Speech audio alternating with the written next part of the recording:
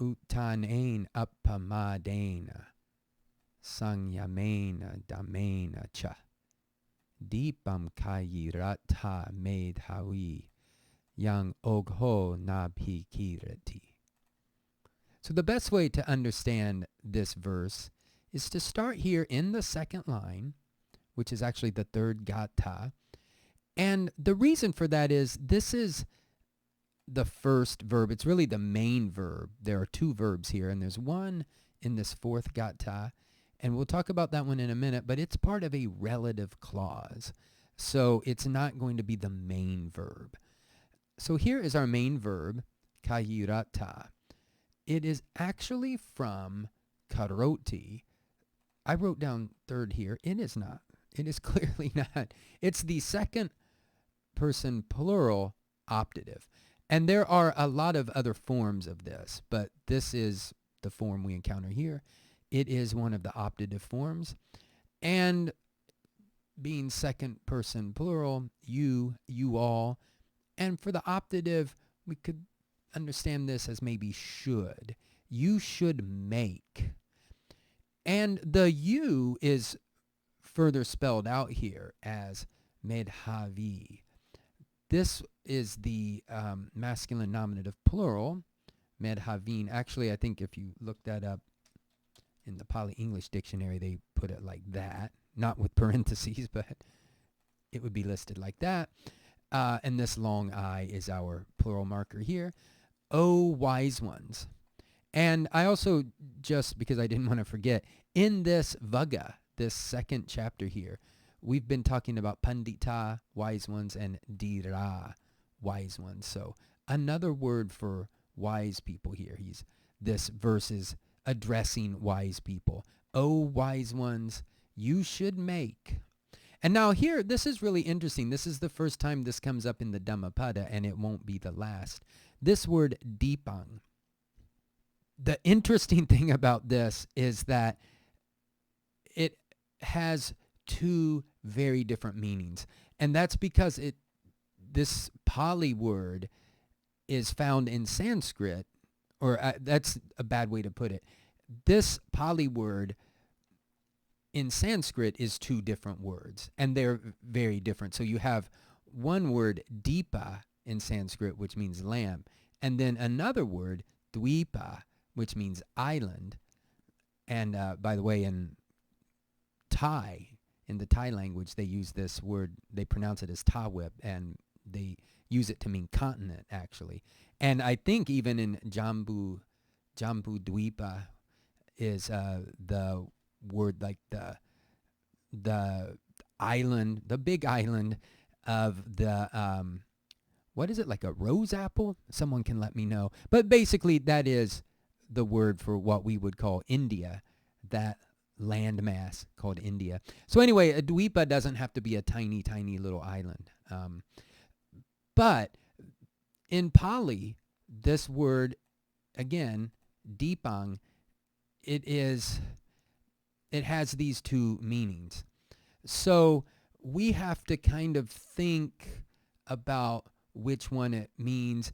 If it only means one of them is actually something we can also think about. And I'm sorry if I'm mangling this, but it's a very interesting point, and so we'll talk about it in just a minute when we get to this last clause here. So to recap, O wise people, you should make a Dīpaṃ, an island or a lamp.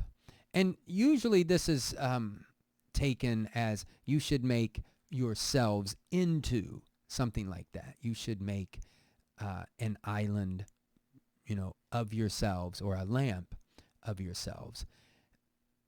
Now, just before we go on here, let's go back to this first line. And as I was saying earlier, these are all in the instrumental case. So these are meaning that they are going to describe how to, or by which means these wise people should make.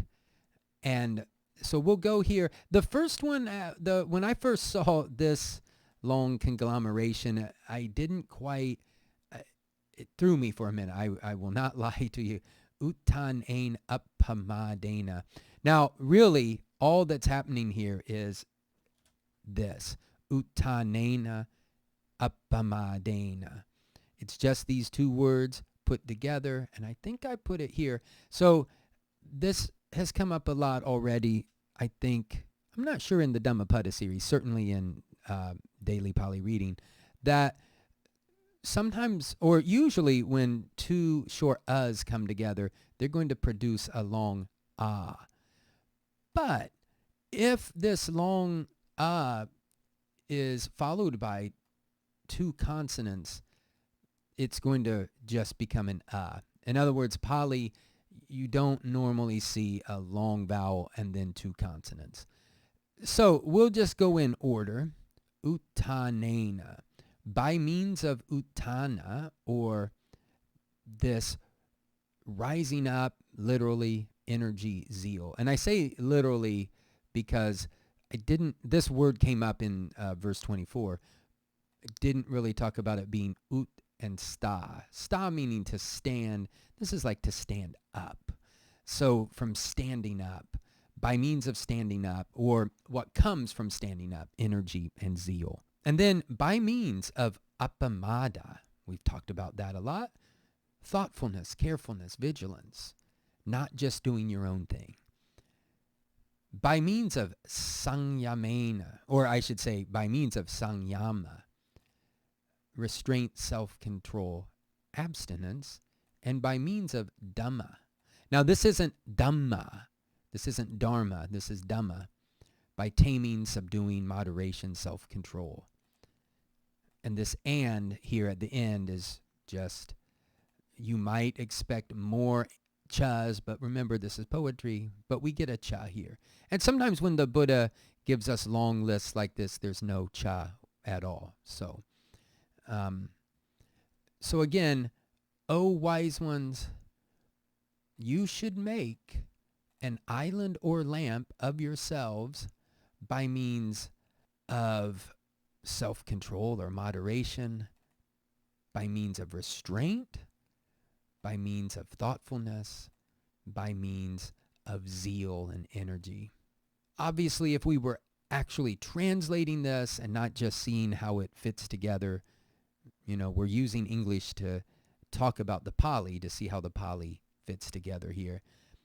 If we were to do that, we might want to put these first even, or we would maybe want to take this word and say it again before we go on to this last clause. If we said, make yourself an island or lamp, and then we had all these words, I don't know if it's a great idea to have people remember what this is referring back to. But this word here, we were saying that this is a relative pronoun, young. It does refer right back to Dīpaṃ. Make yourself an island, which, ogho, a flood or the flood, mainly the flood of ignorance, and nābhikīrati. Now, nābhikīrati is just simply na and abhikīrati. In other words, it's this verb, and I think we had an abhi verb in the last verse. It is this verb negated, and when these us come together, since they're not followed by a double consonant, they produce Now you might think, well, it looks like there's two consonants here, but remember, this is a feature of English. We don't have enough consonants to represent adequately all the sounds of Pali and Sanskrit. So this H gets tacked on to the B. This is a single consonant. It would if you looked it up in Devanagari, if you looked at it in Khmer or Thai or Sinhalese or something, it's just a single consonant.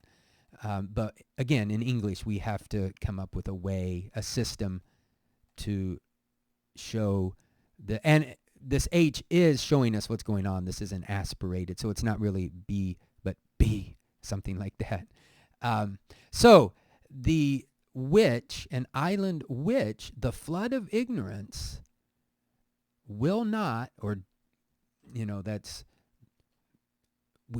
this is an example of where the present can sort of indicate the near future, or at least in English we might put it that way.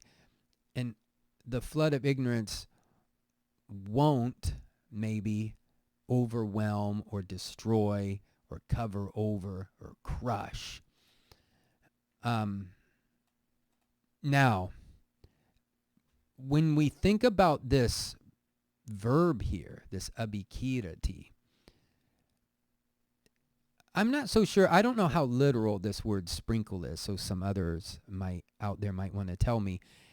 Sprinkle seems to me that we might almost be talking about extinguishing a lamp, the flame of a lamp, or even cover over. We could cover over a lamp and put out the flame, but you could cover over an island with water. So it seems to me that this word here, Dīpaṃ, in my opinion, it's good to kind of keep that open, and we could think about that as both of the different Pali meanings. Again, in Sanskrit, we wouldn't have this ambiguity, but this is kind of a nice ambiguity. Are we making ourselves an island, or are we making ourselves a lamp? An island that would be unaffected by the flood of ignorance, or are we making ourselves a lamp that might inspire others, might help light other lamps? So I'm going to get the quote wrong, but I'm going to paraphrase Robert Graves in The White Goddess, and he mentions that he was writing in, I think, 1952. He was saying that our age is so unpoetic. They just don't have the poetic spirit anymore, that people expect a single line of poetry to have a single prose equivalent. And I think this is a good example of where we shouldn't expect that. We should delight in the fact that this is many-layered and has these just these different levels of meaning, and they can coexist all at the same time.